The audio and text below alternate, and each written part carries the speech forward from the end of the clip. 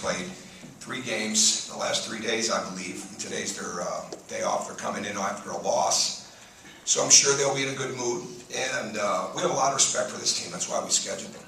And our trip to Canada, for those of you that were there, you know exactly what I'm talking about. There's outstanding basketball throughout that country. Obviously, it's starting to become well known at the grassroots level and the high school players, but the collegiate teams are really good as well. And I think Ottawa's tremendous. I think James is a tremendous coach and very innovative, and they play an extremely high level. They played the other night, they take 68 shots, 48 of them are threes. That's a lot of three-point shots. And at the same time, the scariest thing is all the offensive rebounds that they got out of that. So like one of the biggest keys in this game is going to be the 50-50 balls, because they're used to the 24-second clock, and at the same time they're used to stealing possessions inside of that. But as far as their team, tremendous condition. I think they move the ball extremely well. They can play out of the post, where they try to create some 4-around-1, to create some isolation in the post, get you to overhelp and kick it out. Their whole offense is predicated on penetrate and kick, getting you to overhelp.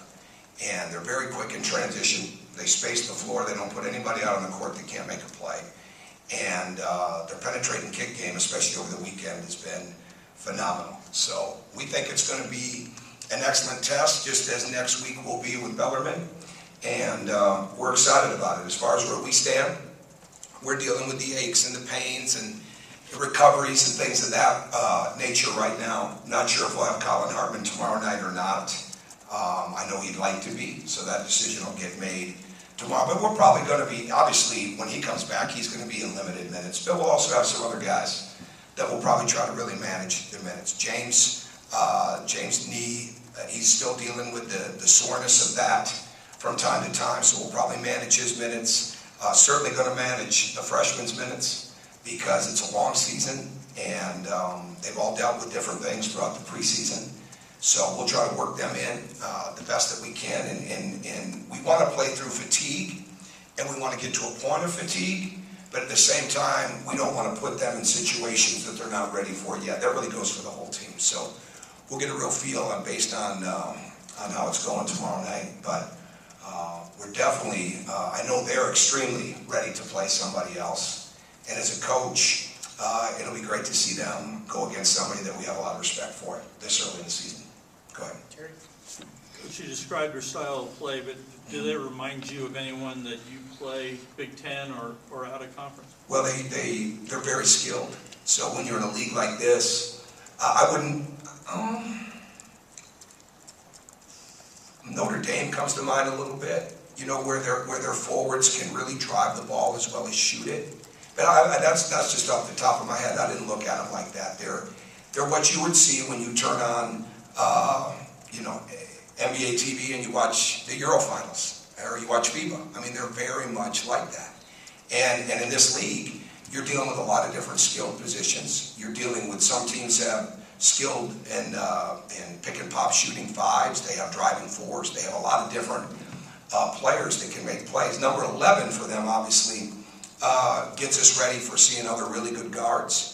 But he's just one of the parts of the machine. They've got a lot of ability to penetrate and kick with everybody. And it almost seems like to me that what you really want, you want everybody to be a playmaker. So I hope that we can stop them from being that tomorrow night. But at the same time, that's ultimately where we want to be as a team, where you put everybody on the floor and they're not only making plays, but they're making plays for others. And I think they do a really good job of that. And I guess, how much can you, and maybe this isn't the way you think about it, but look at the way you played last year against them, look at the way you played tomorrow night against them, maybe knowing some of the personnel changes that guys have a year of experience, sure, and say, and pinpoint specific areas where maybe you've made some strides in comparing those two. Sure, well, I don't think you can do that. It's been so much, it's been removed from that. But I do know the things that stood out in the game is we gave up an inordinate amount of threes. They got off to a 20-7 start. And I didn't think that we put the pedal to the metal at all at the end of the game. And we weren't ready to really go on the attack in the last 8 minutes of that game. And it wasn't like they took control of it, but we never went back and got control of it. And I think that's going to be a huge, huge thing for this team. Are we going to be able to read the momentum of the game, get momentum, keep momentum, and keep going at it. And one of the biggest things for us is when we get a lead, if we get a lead, can we continue to build on that lead? All right, by getting it inside, by getting to the foul line, by continuing to move the ball. And that to me is what ultimately that we're looking at as much as anything. When we play games like this, is there's so many segments of the game, okay, when you go back and look at it, and how did we do in those segments? And closing the game in the last 4 minutes, the last 8 minutes, but certainly getting off to the right kind of start. And again, you may not be making shots, but last year when we played them, we turned the ball over. We had some big time miscommunications, and obviously that was August, right? So that's going to happen. But we let them get too comfortable in the game, and we never took that comfort level from them. So those are the kind of things that I would remember about that game that we'll look at this, but we've got to have that against everybody. Hey, Tom, defensively, what do you want to see? What are you looking for to see in terms of improvement in Well, it starts with transition defense, because we've really got to get back and find shooters, and that prepares you for all the good teams that you face, because everybody that's running the court for them, they're a quick moving team.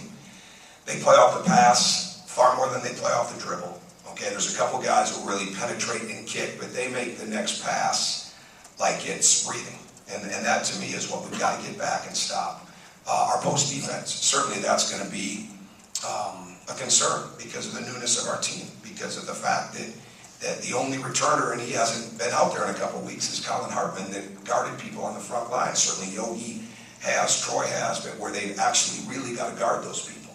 And tomorrow night will be a little bit more 4-round-1 if they play the way that they've played, and maybe with one true big guy that plays around the basket area. But we've got to get better at everything in that sense. So your post defense, controlling the paint, and then the next biggest thing is, can we make adjustments on the fly in the game with our ball screen defense, with our post defense, if we change defenses? We certainly haven't done much of that yet. We haven't really worked very hard at that. But we do want to be able to challenge their personnel throughout the game. And can the team make adjustments on the fly with that? It's an acquired art, and we've got to start working on that tomorrow like we have in practice. how much time? Mike, go ahead, I'm sorry. Mike. Sorry. Yeah, I'm sorry. It's still early in November, and it's an exhibition game. Do you think you'll reach into your bench and try some things that maybe you wouldn't do? I'm not sure yet. Yeah, I don't know. I mean, different lineups at times. Yeah, I would go with that, but who starts, who finishes. It's more important to me right now that in an exhibition game that we are managing the minutes a little bit. And but then there's definitely a couple of lineups that if it presents itself, I'd like to see how that is. But really, it's getting people to play. Getting them at game speed, and them finding out what their game speed is, and how far do they play over it once they hit that wall of fatigue. That's the biggest thing to me. So I was to kind of go with that actually. How much have you guys kind of worked on just maybe playing bigger lineups at times too? Maybe just playing Thomas and Max at the same time. We do that. We do that different times in practice, and we truly don't have a lineup right now. I mean, we don't. I mean, we just don't. And so it's really a matter of mixing and matching and getting guys comfortable. And then it's taking things like from the other day, things that we didn't do. It doesn't matter who's in there. If we don't roll better when we set a ball screen, okay, and force some rotations, then that hurts our whole game. So it doesn't matter if it's two forwards together, if it's Troy at a position, it doesn't matter. And again, we wanted to have some good mix of battles the other day, and mix some matchups and things like that where guys had to guard different people. But we will definitely play that. I mean, I've said a long time ago, the whole being married to the three guards all year long. I'm not married to that lineup at all. Married to Jody, not that lineup. So, go ahead. You talked about last year having to be unconventional on defense without maybe like that, I don't want to say just a rim protector, but that big presence inside. As good as they were in that game in Canada, and as good as you've talked about them being coming into this game at driving, kicking, moving the ball, is this a good early test of basically maybe some of those big guys' ability to sort of anchor the post and not allow some of that? Maybe not. Maybe, depending on our coverages, it's more about not overhelping in this game, no matter who's there, because they're going to stretch you out, right? And so invariably, no matter what you're used to guarding, you're going to have to go guard the perimeter. That's one of the reasons that we took this game, because And they're better than I even thought. They're better than they were a year ago, and they've had an incredible run over the last few years there. So, to me, we cannot get into a position where we've got to be over-helping on the ball because we couldn't contain the ball, no matter who that is. And certainly we work on scramble defense, we work on shot clock defense, we work on shot challenges. But the big thing is going to be not over-helping. When we become an over-help team, just like when people over-help on us, it allows us to play at a speed that we want to play at. And now we've got to continue to be able to dictate how we want to get our matchups when it comes to our offense. But defensively, we want to do a very good job, a very sound job. It's not necessarily controlling the ball, stopping the ball, but containing it. Because they're coming in here with a lot of experience. I mean, they're game tested, and they got a veteran group to begin with. So I kind of like that. I didn't even realize at the time when we scheduled them they'd have this many games under their belt, but they do, and I think that's great for us. Okay, last question, Justin. Yeah, I get a good practice.